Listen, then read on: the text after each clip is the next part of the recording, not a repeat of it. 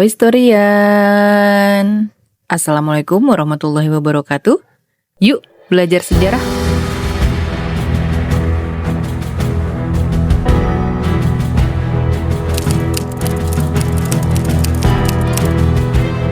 Sebelum menjadi negara kesatuan Republik Indonesia, sejarah mencatat kalau dulu wilayah Indonesia berbentuk kerajaan.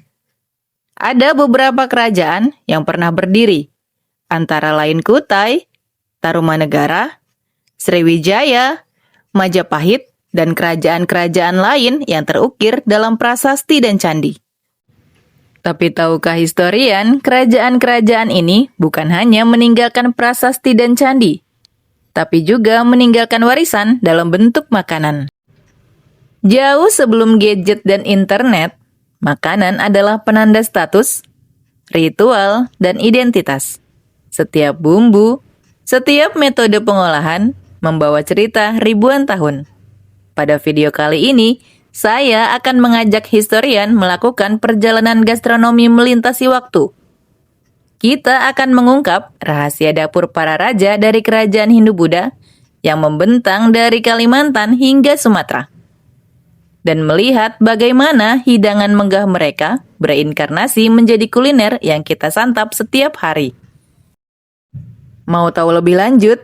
Yuk tonton video ini sampai selesai. Tapi sebelum itu, buat yang belum subscribe, jangan lupa subscribe, nyalakan lonceng notifikasinya, dan share video ini ke teman-teman kalian.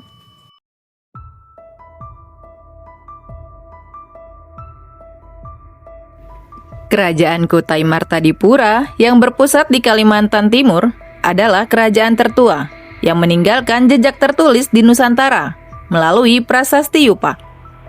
Meskipun catatan mengenai kehidupan istana sangat terbatas, tradisi kuliner di bekas wilayah kekuasaan Kutai menyimpan harta karun berupa hidangan yang konon disajikan kepada para raja.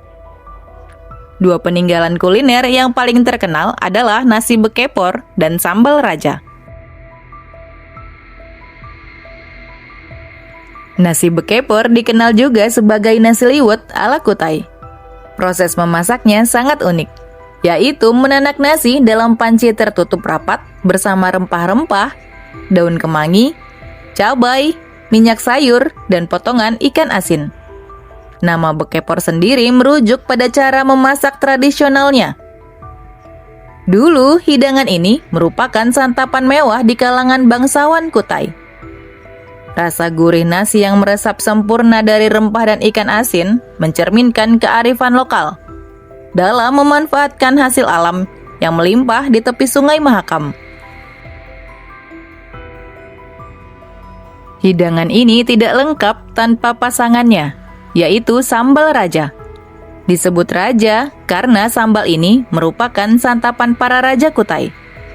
Sambal ini merupakan menu favorit para raja Kutai dan menjadi simbol keseimbangan rasa dalam kuliner kerajaan. Sambal ini istimewa karena dicampur dengan aneka sayuran yang direbus, seperti terong ungu, kacang panjang, dan telur rebus, menghasilkan rasa gurih pedas yang kompleks.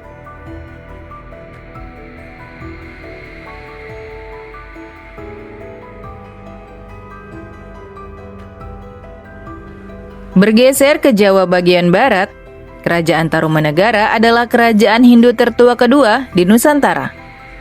Catatan sejarah Tarumanegara sebagian besar bersumber dari prasasti, yang lebih banyak membahas tentang pengairan dan keagamaan.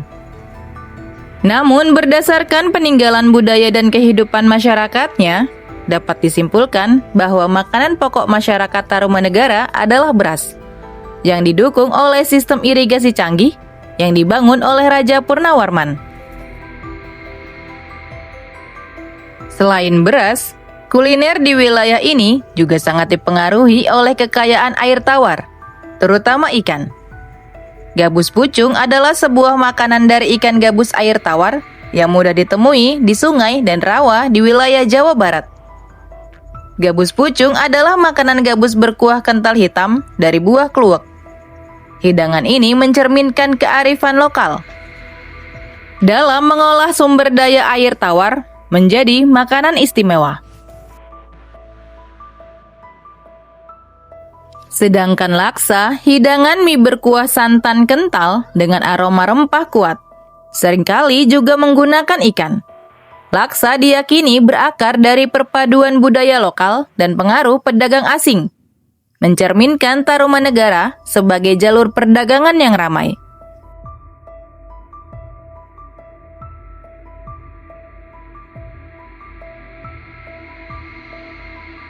Sebagai kerajaan maritim terkemuka di Sumatera, Sriwijaya memiliki budaya kuliner yang sangat dipengaruhi oleh hasil laut dan sagu.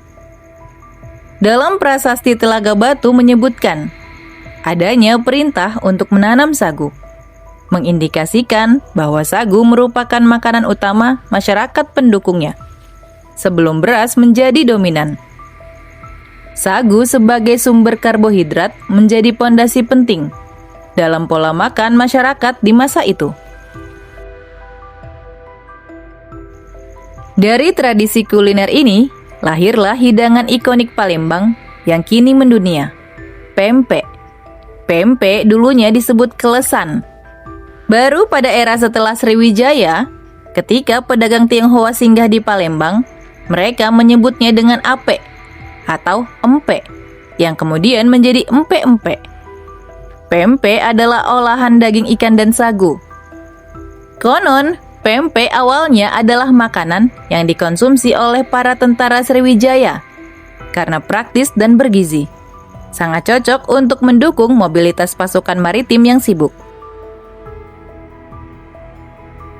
Meskipun detail menu di Istana Raja-Raja Sriwijaya tidak tercatat secara eksplisit dalam naskah kuno, peran pempek dalam budaya kuliner Palembang yang merupakan pusat Sriwijaya menunjukkan akar sejarah yang mendalam.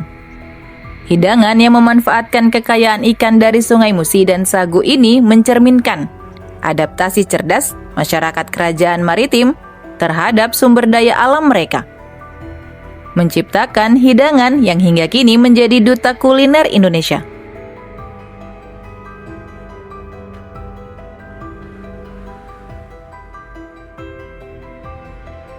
Kuliner di wilayah Sunda pada masa kerajaan kuno mencerminkan ekosistem yang subur, berpusat pada hasil bumi dataran tinggi dan kekayaan sungai. Makanan raja di era ini bukan hanya tentang kemewahan, tapi juga tentang legitimasi kekuasaan yang menjamin kemakmuran pangan rakyatnya. Pada masa ini, terutama sejak era kerajaan Tarumanegara, makanan pokok raja dan rakyat adalah nasi, yang dalam bahasa Jawa kuno disebut dengan skul atau sgu. Sementara itu, salah satu ciri khas kuliner Sunda adalah budaya lalapan, atau sayuran mentah, dan penggunaan sayuran yang beragam. Budaya mengonsumsi sayuran ini ternyata memiliki akar sejarah yang sangat tua. Bahkan telah ada sejak masa kerajaan kuno.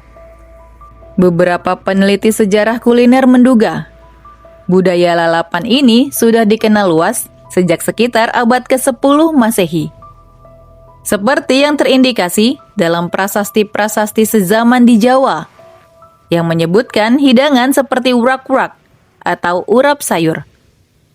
Di konteks Sunda yang kaya akan flora, raja-raja kemungkinan besar mengonsumsi hidangan sayuran matang maupun sayuran mentah yang segar, dipadukan dengan bumbu sederhana yang berbasis garam dan rempah-rempah lokal. Untuk sumber protein, istana kerajaan Sunda berasal dari perikanan air tawar dan hasil buruan. Dengan banyaknya sungai dan danau di Jawa Barat, ikan air tawar seperti ikan gabus, lele, dan udang menjadi sumber lauk yang penting. Kerajaan Sunda juga menjadikan daging ternak seperti kerbau dan kambing, serta buruan seperti kijang sebagai sajian mewah, terutama saat upacara besar atau jamuan kenegaraan. Meskipun detail resepnya tidak ada, teknik pengawetan seperti pengeringan dan pengasinan daging atau ikan sudah dikenal di Nusantara sejak abad ke-10 Masehi. Mengindikasikan bahwa jenis makanan yang awet sangat dibutuhkan untuk perjalanan atau persediaan istana. Secara ringkas, kuliner raja di Sunda kuno adalah kuliner yang sangat agraris. Menjunjung tinggi kesegaran hasil alam dengan protein dari sungai dan hutan, dan dibumbui dengan rempah-rempah dasar lokal. Ini meletakkan dasar bagi kuliner Sunda modern, yang terkenal dengan keselarasan, rasa segar, dan rempah sederhana. Itu tadi beberapa hidangan dari kerajaan tradisional Nusantara yang masih bisa kita jumpai sampai saat ini. Semoga video tadi bermanfaat dan menambah pengetahuan kita tentang sejarah Indonesia, karena sejarah adalah guru kehidupan. Sampai jumpa di video selanjutnya.